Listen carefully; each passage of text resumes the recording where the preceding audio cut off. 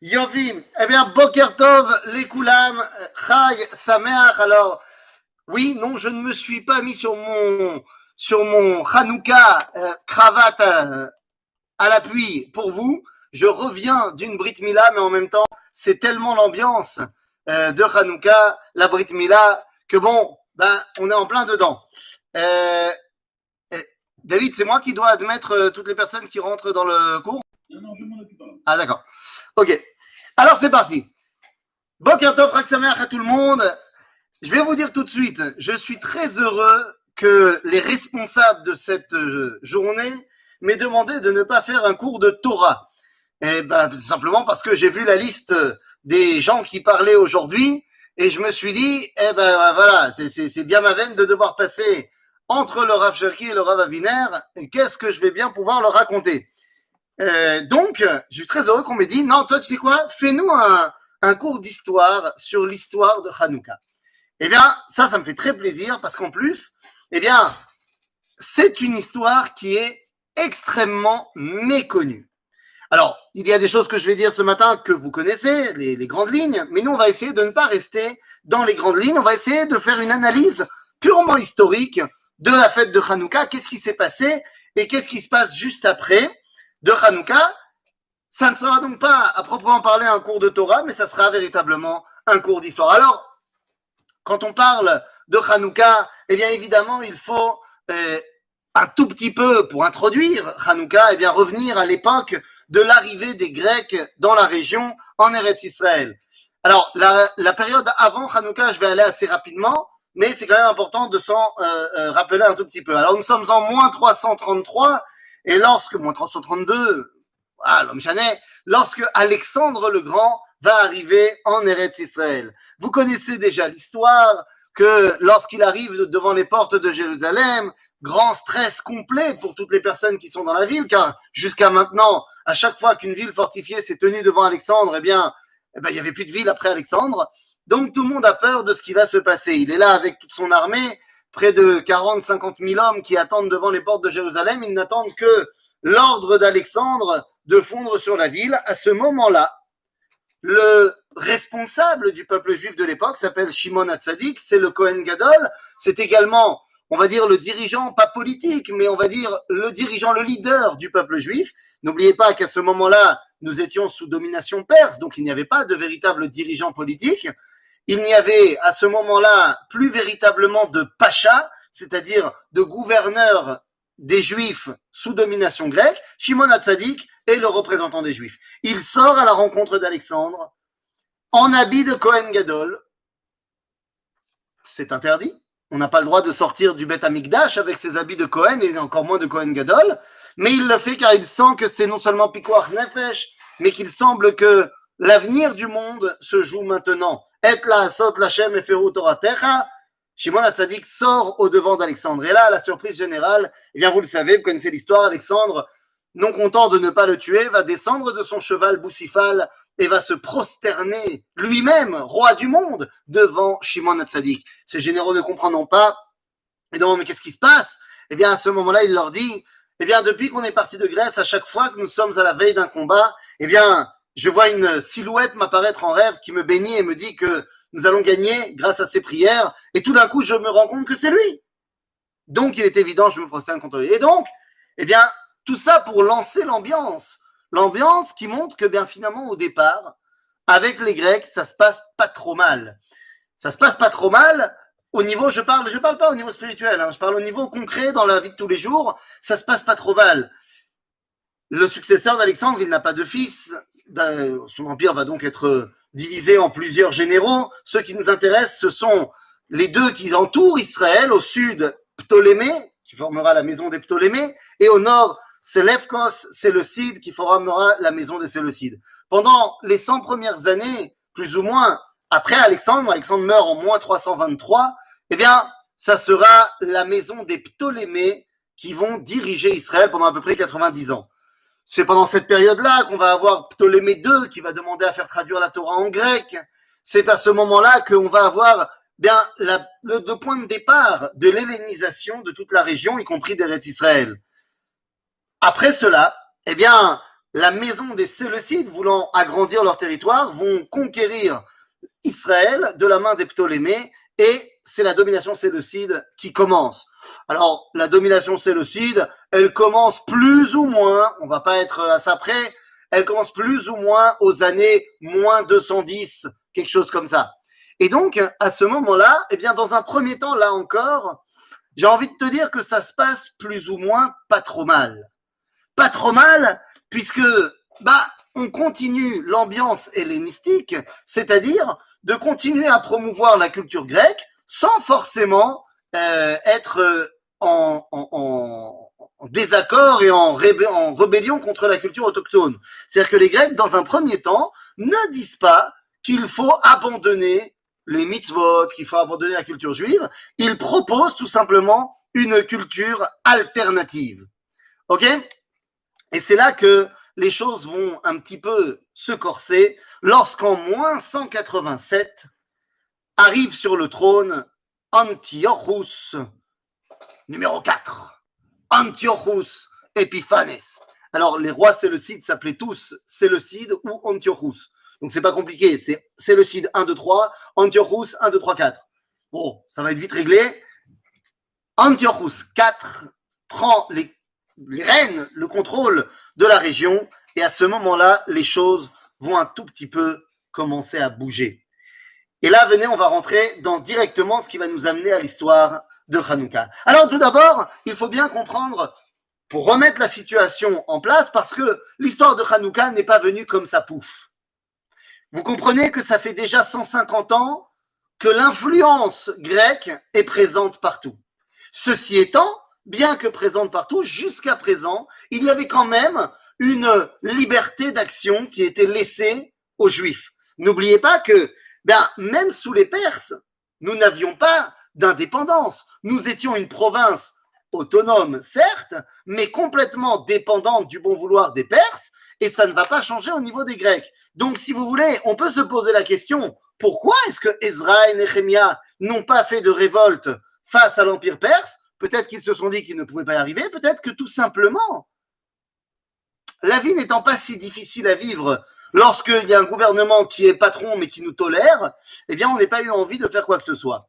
Et donc c'est dans cette ambiance-là qu'il faut prendre le début de l'Empire grec dominant Israël.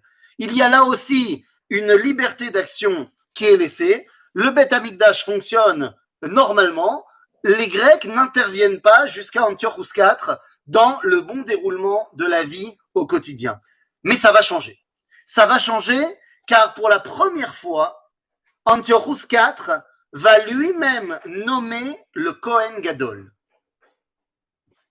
C'est la première fois qu'on intervient, qu'on a une ingérence de la superpuissance dans le quotidien des Juifs. Bien oui, on va commencer par un petit peu changer les dirigeants du peuple juif. Le Kohen Gadol, à ce moment-là, suivant l'exemple de Shimon HaTzadik, n'a pas tous les pouvoirs, parce que le pouvoir politique, c'est pas lui qui l'a, c'est les Grecs. Mais c'est lui qui est l'autorité, le dirigeant du peuple juif. Donc avoir un Kohen Gadol qui est beaucoup plus acquis à la cause grecque, eh bien, va énormément aider à promouvoir les idées grecques. Et donc, pour la première fois, on va mettre en place un Kohen Gadol qui est juif, mais qui est déjà bien hellénisé. Ce Kohen Gadol, on l'appelle Yasson. Yasson à Cohen. Et Yasson, il vient de la maison de Tzadok. La maison de Tzadok, c'est toute une histoire, parce que lorsqu'on revient dans le Tanakh, eh bien, il y a une véritable marloquette entre la maison de Tzadok, la maison de Eviatar, Yoyachin. Donc, on a plein de dynasties de Kohanim qui sont déjà en marloquette depuis pas mal de temps. Ici, le Kohen Yasson va commencer à mettre en place une politique beaucoup plus gréquisante. Alors, qu'est-ce que ça veut dire? Eh bien, ça veut dire que pour la première fois, à Jérusalem, va être mis en place une police. Pas une police mishtara, une police, une cité. C'est-à-dire qu'on va réorganiser la vie de Jérusalem comme une cité grecque. Non seulement on a un Kohen Gadol qui est maintenant plutôt vers la gréquitude, mais en plus la vie de la cité devient à l'ambiance grecque. Nous sommes en moins 173. À ce moment-là, c'est bien, on a commencé à mettre en place les pions, mais Yasson est encore trop juif. Comme il est encore trop juif, eh bien, on va mettre à sa place un autre Cohen qui, lui, est complètement acquis à la cause grecque. Ce Cohen, il s'appelle Ménélaos. Ah, vous avez déjà vu les noms. Hein, on n'est plus dans Aaron à Cohen. Ménélaos, il vient de la maison de Bilga. Peut-être que ça aide que la sœur de Ménélaos, Myriam, fille de Bilga, est mariée avec un des grands généraux de l'armée séleucide. Vous comprenez à quel point on est déjà dans une assimilation grandissante? Eh oui, Ménélaos, en moins 172, devient Cohen Gadol. À ce moment-là, bah ça y est, on commence à utiliser les Juifs pour le bon vouloir du développement de l'Empire séleucide. On va donc envoyer les Juifs faire la guerre contre les Ptolémées, en Mitzrayim, en Égypte. Alors que normalement, c'est pas à nous de gérer, c'est à eux les Séleucides. Non, on va vous utiliser comme chair à canon. On commence à Jérusalem à mettre en place une place forte. Ça ne suffit plus d'avoir une cité grecque, mais on va mettre en place à Jérusalem, qui surplombe le Beth Amikdash, une forteresse qui s'appelle la Chakra, dans laquelle on va mettre les hauts dignitaires du régime grec pour avoir une espèce de contrôle sur le Beth Amikdash. Alors là, qu'est-ce qui se passe? Ménélaos va financer les opérations d'Antiochus avec les caisses du Beth Amikdash, avec les Otsrot à Ekdesh du Beth Amikdash. Bon, à ce moment-là, c'est compliqué là. Là, ça devient compliqué parce qu'il y a une ingérence complète d'Antiochus dans la vie concrète, mais ça ne s'arrêtera pas là. À partir de ce moment-là, Antiochus se dit que c'est le moment parce que se met en place ce qu'on va appeler plus tard la judéophobia, ou alors en français judéophobie, ou alors en français l'antisémitisme, eh bien on va commencer à le mettre en place. Antiochus, nous sommes en moins 168, décide de mettre en place une série de décrets antisémites. Le premier d'entre eux, on arrête Avodat Amikdash. Ensuite, eh bien, il est interdit de respecter le Shabbat. Vous le savez. Ensuite, il est interdit de faire la Brit Mila. Vous le savez. Il est interdit de faire Rosh Chodesh. Vous le savez. Et d'étudier la Torah orale. Mais en plus de ça, il y a une obligation de construire dans toutes les régions d'Israël des bamot, c'est-à-dire des autels pour l'idolâtrie, et d'y sacrifier d'Afka des cochons. C'est le nouvel ordre mondial, si vous voulez, qui se met en place à Jérusalem. On va même nommer un homme qui est Mashgiach HaElilim. Il est le, comme on dit en français, Mashgiach, le responsable des dieux. Le responsable, il se balade dans tout Israël pour voir que les choses se font bien comme il faut. Cet homme, il s'appelle Héliodoros. En latin, Héliodoros et Héliodoros en grec. Eh bien, Héliodoros, c'est le fameux personnage qui va arriver dans la ville de Modi'in avec sa statue de Zeus et son cochon en disant « Celui qui sacrifiera le cochon à Zeus sera couvert d'or ». Et c'est là, à ce moment-là, que vous connaissez l'histoire que Matityahu habite à Modi'in et ne laisse pas les choses se passer comme il se doit. Mais ça, j'y reviendrai dans quelques minutes. Que faire face à cette nouvelle situation, les amis? Eh bien, face à cette nouvelle situation qui se met en place, et nous sommes en moins 167, il y a 5 façons de réagir. 5 façons de réagir face à la nouvelle situation. Tout d'abord, c'est la façon de la majorité. On appelle ça Shitouf Peoula, des collabos, des mityavnim. Vous savez, dans Alanissim, on dit Me'atim mul rabim, qu'on était peu nombreux et qu'on a battu beaucoup. Alors c'est évidemment vrai sur le champ de bataille, mais c'est aussi vrai dans la vie de tous les jours. Les Juifs qui étaient hellénisés étaient beaucoup plus nombreux que les Juifs qui gardaient la tradition d'Israël. Et ça, il faut le savoir, que dans la guerre qui va nous opposer aux Grecs, il y a une guerre qui se fait sur le champ de bataille entre les armées grecques et les armées de Yehuda, mais il y a également une guerre qui se fait dans les rues au sein de la population. Et il y a beaucoup de juifs mitiavnim qui vont mourir.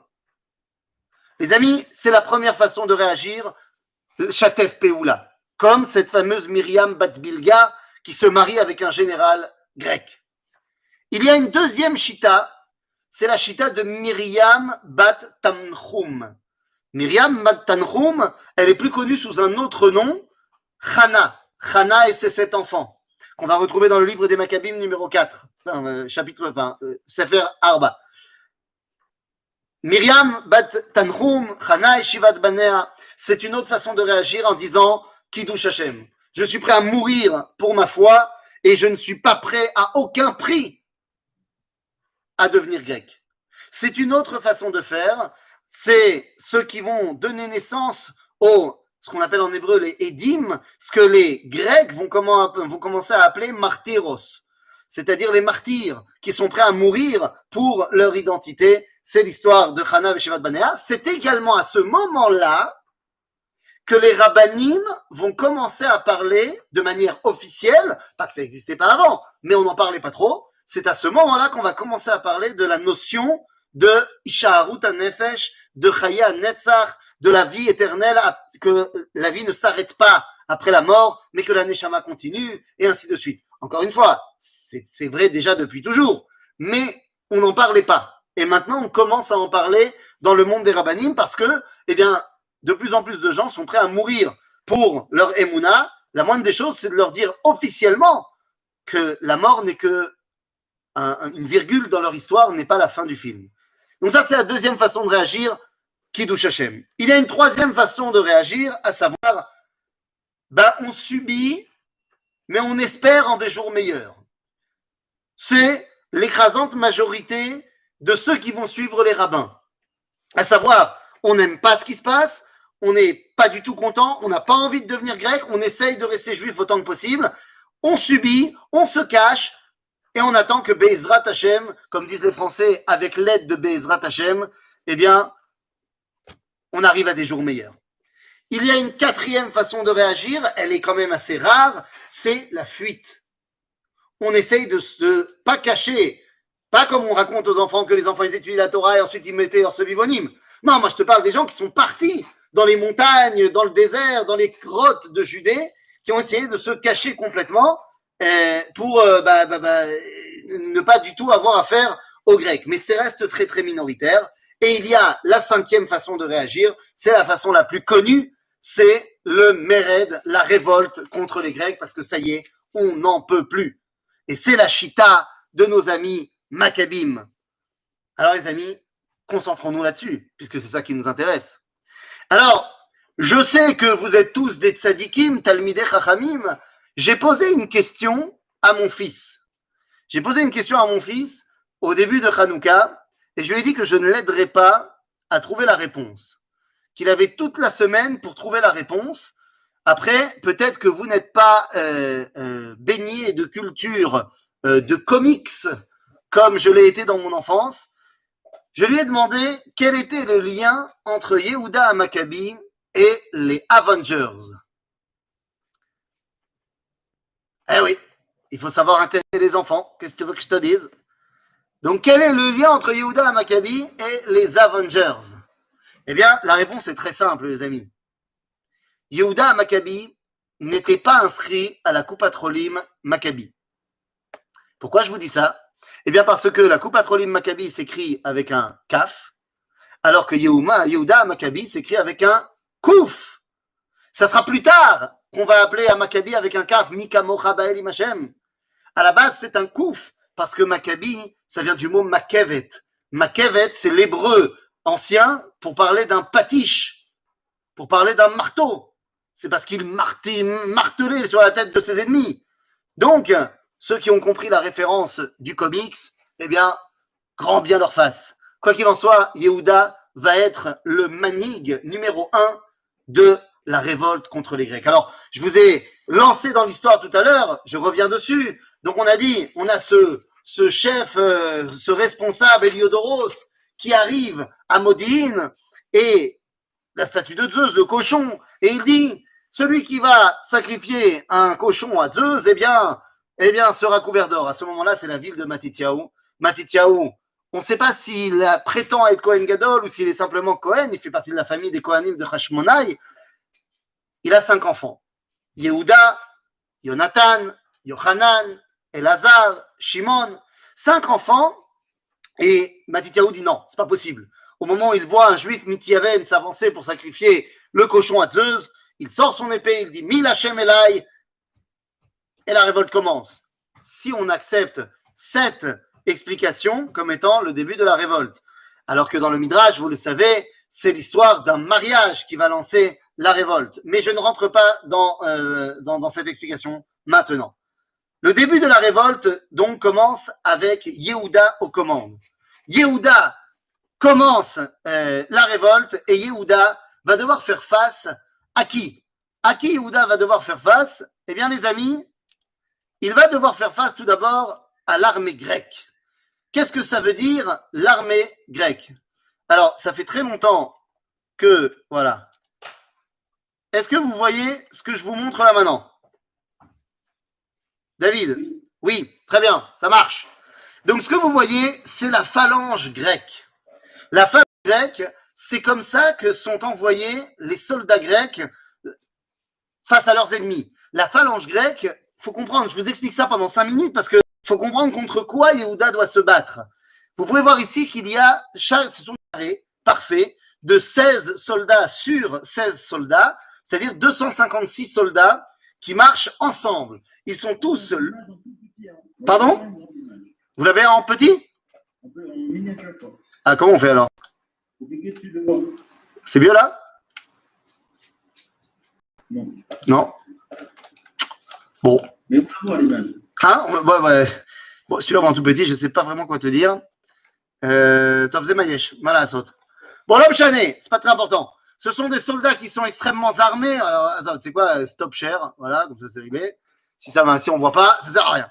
Bekitsour, ce sont des soldats extrêmement entraînés. Ce sont des carrés qui avancent avec un bouclier chacun sur le bras gauche et également une sarisse de 7 mètres de long qui forme un bouclier en l'air, en avant, de côté. Enfin, on fait face à une armée extrêmement entraînée, extrêmement prête. Les archers grecs ont des armes qui sont beaucoup plus efficaces que les archers de Yehuda à Maccabi. Autant dire que au niveau des forces en présence, Yehuda n'a aucune chance. Yehuda n'a aucune chance. Et j'ai envie de vous dire que Yehuda, dans un premier temps, doit faire face à une réalité très concrète. La réalité, elle est la suivante. Je n'ai pas le choix, je ne peux pas perdre. Voilà ce que Yehuda sait. Et donc, lorsqu'il commence le Mered, vous comprenez bien qu'Antiochus, qui habite à Antioche, là-bas en Syrie actuelle, il entend parler d'un mec qui se révolte, voilà, ça va être vite réglé. Il envoie son général Apollonius et avec 2000 hommes, il vient calmer Yehuda. Ça va être le premier combat. Le premier combat de Yehuda à Maccabi, eh bien, ça va être le combat contre Apollonius. Lui, il n'a pas 2000 hommes. Lui, il a 300 hommes. 300 hommes pour Yehuda à Maccabi face aux 2000 d'Apollonius. Comment faire? Comment Yehuda va-t-il réussir à battre son ennemi? Eh bien, là encore, il s'agit non pas, alors évidemment, Rabotai, qu'il s'agit de l'aide d'Akadosh Baruch Hu, mais il ne s'agit pas simplement de quelqu'un qui se dit, tiens, on va compter sur Akadosh Baruch Hu et puis on n'en parle plus. Non, ça se passe pas comme ça. Le premier combat de Yehuda les amène exactement où il veut. Il les amène à Maale Bet Levona. Maale Levona, entre Ophra et Shiloh, c'est une haute colline qu'il va falloir monter. Et Yehuda sait très bien que lorsque les soldats seront arrivés en haut, ils seront crevés. Lui, il les attend. Il les attend et il a divisé ses 300 hommes en 70, 130 et 100. 70 qui vont tout d'un coup surgir devant leurs ennemis pour arrêter les premières lignes. Et il en a placé 130 qui vont débarquer à leur gauche et 100 qui vont débarquer à leur droite. Lorsque la force grecque arrive et tout d'un coup voit 70 mecs qui leur tirent dessus à bout portant, tout le monde s'arrête. À ce moment-là, Yehuda lève le drapeau, les 130 de gauche se lèvent, commencent à attaquer. L'ordre est donné chez les Grecs de se tourner à 90 degrés pour attaquer les 130. c'est à ce moment-là que Yehuda, aux commandes des 100 qui sont de l'autre côté, leur fonde par derrière. Leur instrument de guerre leur empêche d'être très mobiles et Yehuda peut les attaquer par derrière. Mais ça ne suffira pas. Yehuda seul prend toute l'armée, les 2000, à revers, rentre, pénètre dans les rangs, arrive à découvrir où est Apollonius et le tue. Une fois que le chef est mis hors d'état de nuire, les Grecs ne savent plus comment avancer. Ils s'enfuient et c'est la victoire de Yehuda contre Apollonius. D'ailleurs, il prendra l'épée d'Apollonius qui lui servira d'épée jusqu'à la fin, jusqu'au moment où il se fera tuer beaucoup plus tard. Et donc, c'est une grande victoire. Yehuda vient de gagner son premier combat contre les Grecs. Nous sommes en moins 166. Le premier combat de Yehuda. C'est génial. Bon, à ce moment-là, Antiochus comprend que finalement, on va avoir affaire à du plus sérieux que ce qui était prévu. Il envoie donc, pour son deuxième combat, il envoie un autre général, un général bien connu, puisque eh bien, le général en question, vous l'avez certainement déjà entendu parler de lui, il va s'appeler, le deuxième, il s'appelle Séron. Séron est le deuxième général grec qui, cette fois, n'est pas à la tête de 2000 hommes, mais il est à la tête de 10 000 hommes. Il est à la tête de 10 000 hommes, et alors là, ça va être le combat de Beth-Horon. Dans le combat de Beth-Horon, les amis, c'est le deuxième combat. Yehuda n'est plus à la tête de 300 hommes, il est à la tête de 800 hommes face à 10 000. Comment va-t-il réussir, cette fois-ci, à battre les 10 000 hommes? Ça paraît complètement absurde, ça paraît complètement invraisemblable. Comment va-t-il réussir? Eh bien là encore, Ma'ale Beth-Horon, c'est le terrain qui va gagner. Le seul avantage de Yehuda, c'est qu'il connaît le terrain mieux que personne. Ma'ale Beth-Horon, c'est une colline, c'est pas seulement une petite colline comme à Beth-Levona, c'est une colline. Et en plus, le chemin est très très serré. Ce qui fait que la phalange grecque ne pourra pas passer. Ils seront obligés de passer, pas un par un, mais de manière complètement désorganisée, ce qui va permettre de les attaquer sur tous les côtés, et là aussi d'avoir une grande victoire. D'ailleurs, entre parenthèses, je ne sais pas si vous avez passé votre code de la route. J'imagine que vous avez passé votre code de la route. Qu'est-ce qui se passe d'après le code de la route si jamais il y a une rue qui monte comme ça et qu'il y a une voiture qui descend et une voiture qui monte? Qui a la priorité? Hein? C'est celui qui monte. Naron, celui qui monte. D'où ça vient? De la Mishnah.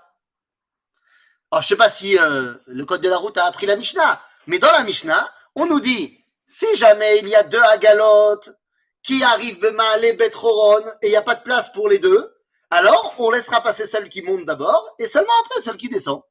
Donc Beth-Horon, c'est une route quand même très très serrée, ce qui va permettre à Yehuda d'avoir une énorme victoire, une victoire qui est d'ailleurs assez incompréhensible parce que lorsqu'il commence à les attaquer et qu'il commence seulement à tuer quelques dizaines de personnes, Séron a peur et s'enfuit.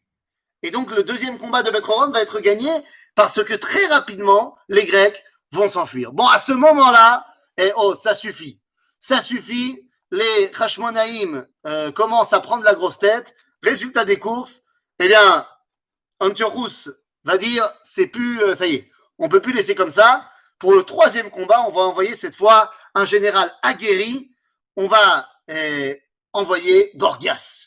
Gorgias pour le troisième combat. Cette fois, il est à la tête de 40 000 hommes, voire 50 000 hommes. Ça dépend des sources. Mais l'homme est chané. À ce moment-là, Yehuda vient avec 3 000 hommes. Et il commence à faire des discours. Mais regardez dans Sefer HaMakkabim, c'est absolument incroyable. Sefer HaMakkabim nous donne les discours de Yehuda avant les combats, mais c'est le plus grand discours de Emouna que vous avez jamais vu. À ce moment-là, il arrive à Emmaüs, à côté de la Troune. Et c'est là que va avoir lieu le troisième combat. Comment faire pour, avec 3 000 hommes, vaincre les 40, 50 000 hommes de Gorgias? Gorgias s'est dit, je vais surprendre Yehuda. Il détache 5 000 hommes pour les surprendre dans leur camp à eux la veille des combats, pendant la nuit. Mais sauf que Yehuda est au courant de l'histoire. Il a des espions qui ont montré les mouvements de troupes de Gorgias. Il va donc dire à tous ces hommes de laisser le camp tel quel, feu allumé, tente en place, et de partir. Résultat des courses, eh bien, les 5 000 hommes vont penser que ça y est, les Maccabines les ont vus arriver il y a 5 minutes et ils se sont enfuis. Et ils ont tout laissé sur place. Et donc ils se disent, eh ben ils sont juste à côté. Nous allons les poursuivre dans les montagnes. Gorgias a laissé donc s'échapper les 5000 plus valeureux guerriers qu'il avait.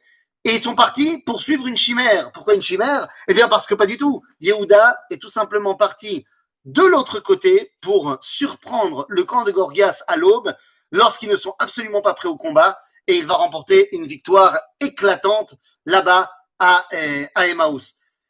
Les amis, une fois qu'on a gagné le 3e combat, eh ben, on ne sait plus trop quoi faire. On envoie un autre général qui s'appelle Lysias, et c'est le combat de Betsour, le 4e combat, mais là aussi, c'est une victoire incroyable de Yehuda Maccabi, à savoir, il faut quand même le noter, même si on s'en fiche un petit peu, à ce moment-là, le roi grec n'est plus Antiochus IV. Il a été détrôné par Antiochus V, mais bon, ça ne nous intéresse pas vraiment à ce niveau-là. Antiochus V, après la victoire de Yehuda Maccabi, accepte une trêve et leur laisse faire ce que nous on appelle Hanouka.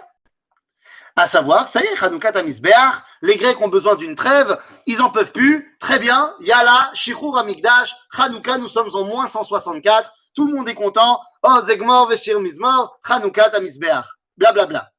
Sauf que ne croyez pas que la guerre s'arrête là. Absolument pas. Les combats de Hanouka ne sont absolument pas terminés et ça va reprendre. Ça va reprendre juste après. Juste après, ça va reprendre parce qu'à un moment donné, vous êtes gentils, mais les Grecs, quand ils se sont refait une petite santé, ils disent bon bah c'est pas tout, mais on va quand même pas les laisser, comme ça. Et donc ils reviennent et ils renvoient Lysias. Et cette fois, Lysias sait contre qui il se bat. Et ça va être le combat de Beth Zecharia. Il ne fait pas les erreurs tactiques de ses prédécesseurs. Et dans le combat de Beth Zecharia, eh bien, ça va être la première grande victoire, les amis, des Grecs. Première grande victoire des Grecs, dans laquelle ça va être un combat énorme à Beth Zecharia. C'est la première fois que les Grecs vont faire rentrer les éléphants de guerre dans les combats. D'ailleurs, c'est là qu'on verra l'un des frères de Yehuda, qui s'appelle Elazar, qui était Osek, d'après le Sefer HaMaccabim, Osek Beleamit et Apilim, de s'occuper des éléphants. Il a été tué par un de ces éléphants, et c'est pour ça que dans le Gush Etzion, vous avez un village qui s'appelle Elazar. Eh bien voilà, Elazar est tombé, Yehuda a perdu son combat, il s'enfuit. À ce moment-là, les Grecs arrivent à une espèce d'accord avec les Juifs et le Sanhédrin et disent bon, allez, on vous laisse un petit peu de chofesh dati, mais vous dégagez Yehuda à Maccabi, on ne veut plus entendre parler de votre révolte. Et les rabbins acceptent. Yehuda à Maccabi est mis sur le côté et les Grecs sont de nouveau les patrons. Sauf que la trêve ne reste pas très longtemps, les décrets reprennent de plus belle et donc on rappelle Yehuda à Maccabi et on l'envoie pour recommencer la révolte. Et la révolte repart de plus belle.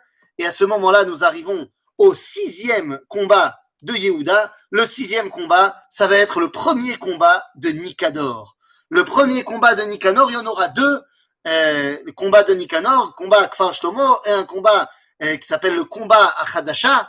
Mais les 2 combats de Nicanor vont être des victoires absolument éclatantes de Yehuda à Maccabi. Des victoires éclatantes qui laissent à penser qu'à ce moment-là, eh bien, on ne peut plus rien faire face à Yehuda à Maccabi. Laissons tomber. Mais non. Bien que Nicanor ait été complètement mis de côté, les Grecs n'abandonnent pas et ils vont envoyer toutes leurs forces dans le dernier combat de Yehuda à Maccabi qui s'appelle le Krav Elisha. Et là-bas, dans ce combat-là, ça se passe à côté de Ramallah actuellement, et bien à ce moment-là, dans le 8e combat de Yehuda à Maccabi, Yehuda non seulement va perdre, mais il va y perdre la vie. Nous sommes en moins 160, Yehuda à Maccabi, après 8 ans, depuis moins 167 jusqu'à fin moins 160, Yehuda meurt, mais ce n'est pas la fin. Et non, ce n'est pas la fin, parce que après Yehuda est tombé, Elazar est tombé, c'est Jonathan qui prend le contrôle des Maccabim. Dans un premier temps, il s'enfuit en Midbar Yehuda pour continuer la révolte de loin, mais la révolte continue. La révolte continue et les Grecs ne savent plus quoi faire. Ils ne savent plus quoi faire, si bien que pendant 7 ans, Jonathan va faire des attaques éclairs contre les Grecs. Ils n'en peuvent plus, ces Grecs. Et donc, à un moment donné, ils décident de faire une vraie trêve signée avec Jonathan. En le mettant, lui, Kohen Gadol, tout ira bien. Très bien, Jonathan est un stratège. Il a réussi à amener les Grecs exactement où il voulait. Il est maintenant Kohen Gadol. Il est le chef politique plus ou moins des Juifs. Et il pense que c'est bon. Sauf que c'était mal connaître la maison des Séleucides. Ils font venir un stratège pas moins émérite qui s'appelle Tryphon. Alors pas Tryphon tournesol, hein, Tryphon tout court. Et ce Tryphon, eh bien, va inviter Jonathan à des pourparlers. Nous sommes en moins 152. Il invite à des pourparlers, seulement alors que tous ces hommes à Jonathan lui disent de ne pas y aller, il y va quand même et il se fera tuer là-bas. En traître, évidemment, c'était un piège. Il se fera tuer complètement là-bas. À ce moment-là, eh bien, il ne reste plus que 2 des frères des Maccabim, des Hashmonaïm encore en vie. Il y a Yochanan et il y a Shimon. C'est Shimon qui prendra la tête de la famille Hashmonaïte, mais surtout du peuple juif. Et c'est Shimon qui continuera pendant encore 11 ans les combats contre les Grecs. Oui, les amis, il faudra attendre l'année moins 142 pour arriver à la fin des combats contre les Grecs, lorsque Shimon réussira à faire dégager le dernier Grec d'Eretz Israël. La révolte de Hanouka, les amis, n'a pas duré 3 ans, elle a duré 25 ans. 25 ans. Et finalement, Shimon, à ce moment-là, il devient le patron. Le chef grec qui dépose les armes devant lui s'appelle Démétrios, et à ce moment-là, eh bien, Démétrios dit « Ok, je te donne tout ce que tu veux, mais on arrête les combats. » Entre parenthèses, Shimon est un stratège lui aussi. Et Shimon, il a très bien compris que jusqu'à présent, on a réussi à les avoir un petit peu à l'usure. On a fait des guerres, des guérillas. Mais si on veut pouvoir les dégager, il faut qu'on ait un appui extérieur. Il faut que les Grecs, les Séleucides, soient très intéressés à nous laisser tranquilles parce qu'ils devraient être aux prises avec d'autres. Et donc Shimon, eh bien, se dit que les ennemis de mes ennemis, pourquoi pas, deviennent mes amis. Et donc Shimon va être le premier à faire des relations secrètes avec une autre puissance qui déteste les Séleucides. Cette autre puissance, elle s'appelle la République de Rome, qui est en train de monter et qui a des vues sur la Grèce.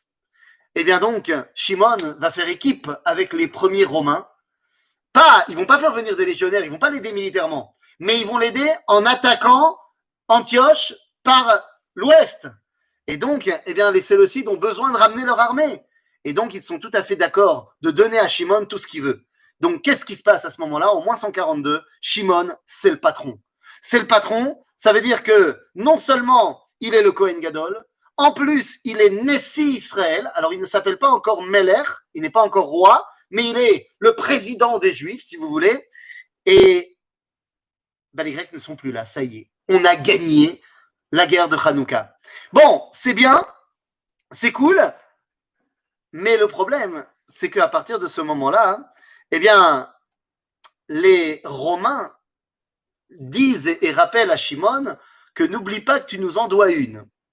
Et ils vont quand même toujours avoir un œil sur la région à partir de ce moment-là. Mais bon, on peut dire qu'à ce moment-là, la guerre de Hanouka est terminée. Oui, la guerre de Hanouka est terminée, mais nous n'avons pas encore véritablement repris la pleine possession de la terre d'Israël. Pour cela, il va falloir que la maison des Hashmonaïm, eh bien, devienne véritablement une maison souveraine. Ça se fera sur la génération d'après Shimon. Et oui, Beth Hashmona est aux manettes, c'est très bien, mais n'oublions pas une chose. Nous sommes en moins 142.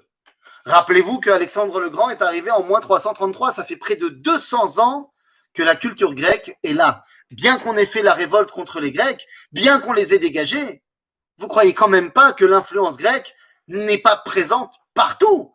elle est présente partout. Elle est présente dans la vie quotidienne, elle est présente chez les rabbins, elle est présente chez les Kohanim, elle est présente dans l'ambiance. À ce moment-là, eh bien, on commence à voir rentrer dans la loi juive des notions grecques. Par exemple, l'assemblée des rabbins va s'appeler le Sanhédrin. J'ai parlé du mot Sanhédrin avant, mais c'est parce que j'utilise avec le mot qu'on utilise. Avant, ça s'appelait pas Sanhédrin. Sanhédrin, c'est un mot grec. De la même façon, la ficomane, qu'on mange à Pessah, c'est un mot grec. La Grèce et son idéologie est présente partout. Les Hashmonaïm sont petit à petit également investis de l'hellénisation. Les amis, c'est pas très compliqué. Il y a on va dire un curseur qui peut nous permettre de voir à quel point nous subissons ou acceptons, le méchané, l'influence d'une autre culture. Et je ne rentre pas dans le débat, j'ai vu que, je sais que ça a été un débat en France il y a quelques mois, mais la notion du prénom, du nom de la personne, c'est-à-dire que lorsque j'ai un fils, j'ai une fille, et que je vais décider de le nommer, vous savez que dans le judaïsme, Shem, ça veut dire Matara. D'ailleurs, en français, on dit je fais ça au nom d'eux. Les Shem Shamaim. Un nom, ça révèle effectivement ce que j'ai envie de faire passer dans l'identité de mon fils. Ça révèle quel rôle j'ai envie de lui donner. Si je l'appelle Moshe, quand je me suis la fille de Pharaon, eh bien c'est tout à fait normal, car Moshe, c'est un mot égyptien. Donc la fille de Pharaon donne un nom égyptien à son fils. C'est tout à fait normal. Moshe voulant dire, ça veut dire quoi en égyptien? Ça veut dire fils. Ça correspond à ce que dit le verset. Il a été pour elle un fils, elle l'a appelé Moshe, mon fils. C'est de l'égyptien, donné par une femme égyptienne, c'est tout à fait normal. Lorsque moi, j'appelle mon fils par un nom juif, par exemple, mon fils s'appelle Uriah Tzvi, eh bien, c'est un nom directement lié du Tanakh. Lorsque je décide d'appeler mon fils, enfin, pas moi, mais lorsque mes grands-parents décident d'appeler mon père Éric Paul, eh bien, c'est parce que, un, ils aimaient le nom Éric, parce que deux, ils n'avaient pas vraiment le choix puisqu'il fallait un nom qui était dans le calendrier chrétien, dans le calendrier de la République, jusqu'en 1900, si je ne me trompe pas, je crois que c'était 93, c'était dans la loi qu'il fallait truc, enfin je ne sais pas exactement, je dis peut-être des bêtises en termes de date, mais à l'époque de mes grands-parents, c'était la loi. Mais pourquoi le nom Paul? Eh bien parce qu'ils veulent appeler mon père Paltiel. Parce que c'est un nom des ancêtres de la famille, ok, Paltiel. Mais Paltiel, c'est pas dans le calendrier, donc on va trouver un nom qui ressemble dans le calendrier. Ils se sont dit Paul, Paltiel, ça ressemble. Mais on voit bien qu'il y a ici une influence culturelle. C'est une évidence. Je remercie énormément mes parents à moi. Je les remercie énormément de n'avoir pas cédé à cette influence culturelle et de m'avoir appelé Ethan Menachem. C'est-à-dire que mes deux prénoms sont des prénoms juifs. Alors qu'ils auraient pu m'appeler Jérôme. J'ai rien contre les Jérômes, hein, évidemment. Mais vous comprenez que c'est marqueur d'une identité. Pourquoi je vous dis tout cela? Eh bien parce qu'à ce moment-là, eh bien dès le fils de Shimon à Hashmonaïm, eh bien on va voir que dans la dynastie des Hashmonaïm, les noms commencent à changer. Eh oui, le fils de Shimon va s'appeler Yochanan, ça c'est de chez nous, ou Urkanus. Ah, le deuxième prénom n'est déjà plus vraiment de chez nous. Yochanan Urkanus. Son frère va s'appeler Yehuda Aristobulus. Le fils, donc la troisième génération, va s'appeler Alexander Yanaï. C'est-à-dire que Alexandre, c'est un nom grec, Yanaï, c'est de chez nous. C'est-à-dire que Shimon, c'est Shimon. Après, la génération d'après, tu as d'abord un nom juif, ensuite un nom grec. La génération d'après, c'est un nom grec et ensuite un nom juif. Et puis après, la quatrième génération, ça sera que des noms grecs. En malasot. Maintenant, qu'est-ce qui se passe au moment où Yochanan Urkanus prend le pouvoir? C'est lui qui devient le premier roi Hashmonaï. Et il va également faire énormément de conquêtes. Il va faire des conquêtes, mais le top du top de la famille Hashmonaïte, je ne parle pas au niveau de leur rapport avec la Torah, pas du tout. Je parle au niveau politique, ça sera avec la troisième génération, à savoir Alexander Yanaï. Alexander Yanaï va faire des conquêtes énormes, il va amener le pays jusqu'au Liban actuel et jusqu'à Eilat, et il va également imposer des conversions globales et forcées de toutes les tribus qui sont dans son territoire. Résultat des courses, eh bien, dans le Negev actuel, habitait à l'époque un peuple qui s'appelait les Édoméens, de Édom, descendants de Édom et savent ce que tu veux, et il va les convertir de force. Ça va être important, on va pas en parler aujourd'hui. Ceux qui suivent mes cours sur ma chaîne YouTube sur l'histoire du deuxième temple, on en parlera la semaine prochaine, mais ça va avoir son importance parce qu'un des Édoméens convertis de force s'appelle Hérode. Mais ça, on y reviendra dans un autre cours. Quoi qu'il en soit, eh bien, les conquêtes et les conversions sont mises en place, mais Alexander Yanaï change également complètement de fusil d'épaule par rapport à la Torah, puisque pour la première fois, il est le roi d'Israël et il décide, il est également le Kohen Gadol, bien sûr, et il décide d'être tzduki. Car depuis quelques années, l'école des Sadducéens, menée par le Kohen Tzadok et Baitos, qui étaient des élèves de Antigonos Ichsocho, oui, je vous balance plein de noms comme ça, eh bien, commence à voir le jour. La vision des Tzedukim, qu'on dit en français les Sadducéens, eh bien, rejette la Torah orale. Alexander Yanaï adopte le régime des Sadducéens. Sa femme, par contre, elle est tzadika. Sa femme, elle reste prouchite, elle reste fidèle au rabbin. Peut-être que ça joue que le frère de la reine, qui s'appelle Shlom Tzion Alexandra, eh bien, peut-être que ça joue que son frère n'est autre que Shimon ben Shattach, le Nassi à Sanhedrin. Bon, les repas de famille devaient être sympathiques. Entre Shimon ben Shattach, Nassi à Sanhedrin, chef des Prouchim, Alexander Yanaï, Kohen Gadol, roi et chef des Tzdukim, ça devait être sympathique les repas de famille. Quoi qu'il en soit, à ce moment-là, Alexander Yanaï commence à faire massacrer les rabbins qui ne pensent pas comme lui. Il y a toute une histoire qui est mentionnée dans le Talmud, comme quoi, eh bien, Shimon ben Shattach veut le juger son beau-frère pour les actes odieux qu'il a créés, qu'il a commis. D'ailleurs, pas seulement contre les rabbins, mais parce qu'il y avait une révolte contre lui au niveau de Migdal, dans l'issue de Migdal, à côté de Tibériade.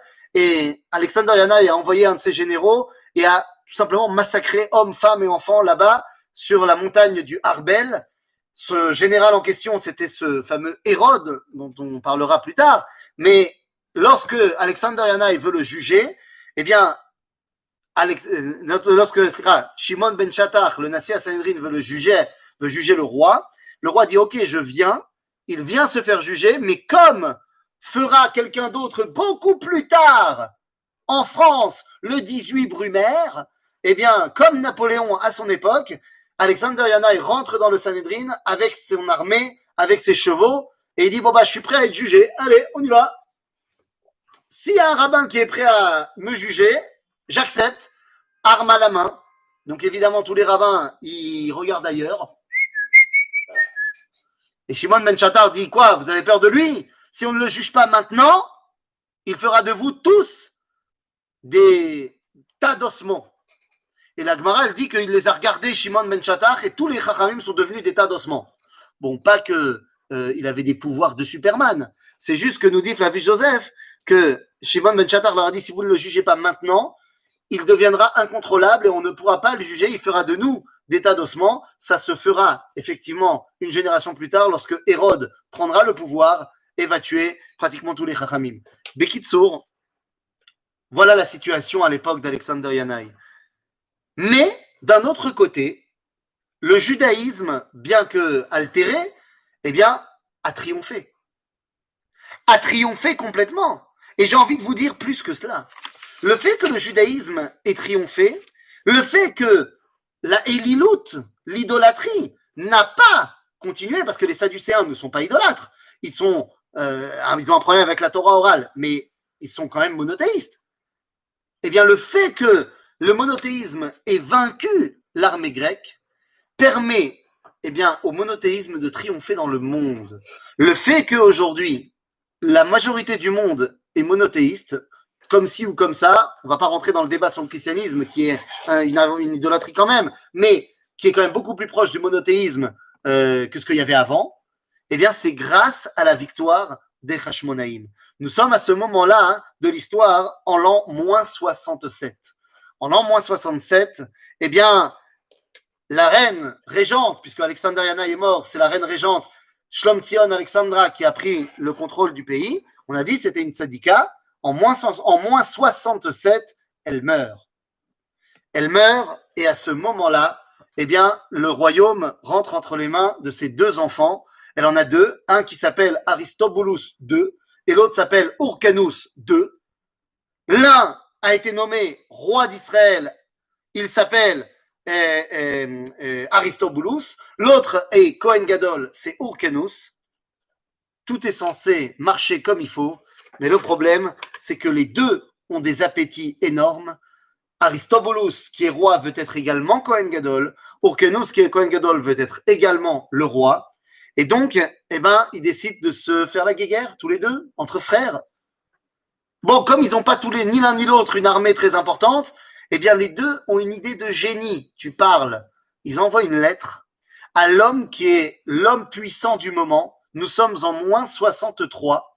Ils envoient tous les deux, ils ne sont pas concertés, mais ils envoient tous les deux une lettre à un homme qui est stationné en Syrie, qui a débarrassé toute la Méditerranée des pirates, qui vient de faire une guerre terrible contre les Parthes à l'Est et les a explosés. Il est l'homme fort de la région. Il s'appelle Pompeius Magnus, Pompée le Grand de Rome. Les deux frères juifs lui envoient une lettre en lui disant « Écoute Pompée, j'ai un problème avec mon frère, tu voudrais pas venir m'aider s'il te plaît ?» Pompée qui veut un silence dans la région pour continuer ses conquêtes, eh bien, arrive à Jérusalem et grâce à notre invitation, Rome entre en Israël. Mais l'histoire de Rome en Israël, ce n'est plus l'histoire de Hanouka, c'est une autre histoire que nous étudierons à un autre moment. Chag Sameach Lekulam. Ah, attends, temps mort. Et j'ai oublié de terminer, j'avais prévu de terminer quand même par une phrase de folie, parce que c'est vrai que la fin de l'histoire de Hanouka, tel que je viens de vous le dire, n'est pas super rose-rose, mais je voudrais quand même qu'on se rappelle, parce que c'est quand même Hanouka, et que donc c'est pas la peine de voir tout de manière négative.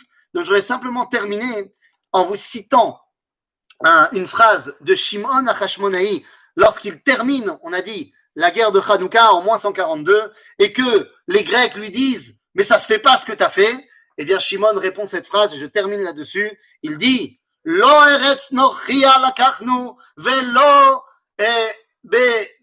rechush nochri machalnu » Nous n'avons pas pris possession d'une terre appartenant à d'autres, nous ne sommes pas emparés des biens d'autrui. Ki im nachalat avotenu asher beyad, c'est-à-dire nous avons repris la terre de nos ancêtres. Et lorsque nous avons eu la possibilité, eh bien, nous sommes réinstallés dans notre patrie ancestrale. Lorsque le moment s'est présenté, nous sommes retournés sur la terre de nos ancêtres. Voilà les amis, c'était un petit survol historique des années Hanouka. En fait, nous venons de passer 100 ans d'histoire, depuis moins 167 jusqu'à moins 63. Voilà pour ce qui est de l'histoire de Hanouka. Chag Sameach à tout le monde. Chag Sameach, Toda Rabba au Rav Fison. Je vous ai mis dans le chat, dans les commentaires, tous les liens pour suivre le Rav Fison sur YouTube, sur Facebook. Vous pouvez poser vos questions au Rav Fison par mail. Bien sûr, l'enregistrement sera diffusé dans les réseaux du Rav.